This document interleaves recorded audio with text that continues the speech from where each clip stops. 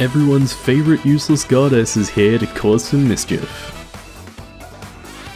While the box is spinning around, I'd just like to note that this is the third release of Aqua, and GSC has updated her box to use the new design. So if you see a box that looks a bit different, it's probably just from an older production run. There are no changes to the actual content inside. And here she is out of the box. True to her anime counterpart, her skirt has an inner transparent layer, and verifiably no pantsuit. Come on, I had to check, right?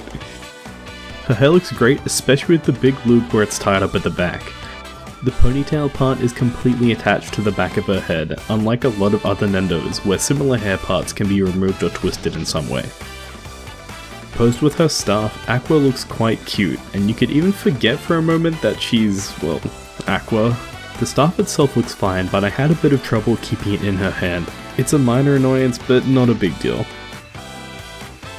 Each of her faceplates are super expressive and bring out a different side of her character. This crying, laughing, smug face really shows her mischievous nature. And paired with her fans and party trick effect parts, she looks like she's really up to no good. The effect pieces here seem really fragile, and they attach just by sliding onto the top of the fans. As a result, they can end up coming off at weird angles, and I never push them on too hard for fear of either snapping them or damaging the finish of the fans themselves. They fell off constantly for me, but when they work they do look quite good. Finally, her third faceplate is just straight up crying, but like funny crying. And with her party trick gone wrong, she looks really embarrassed. As a side note, this faceplate goes great with other Nendos, since her face here doesn't look too Aqua specific. She comes with a bent leg to facilitate running poses, whether that be running away from something with the crying faceplate, or running to something with her others.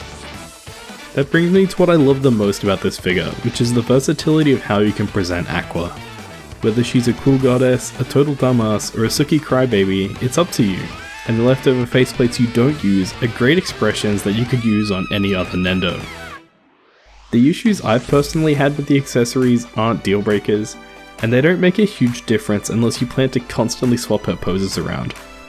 Aqua is an essential addition to the Konosuba gang, and especially goes great with Kazuma and all of his mischievousness too. I hope you enjoyed the review, and I'll catch you again next time. Bye!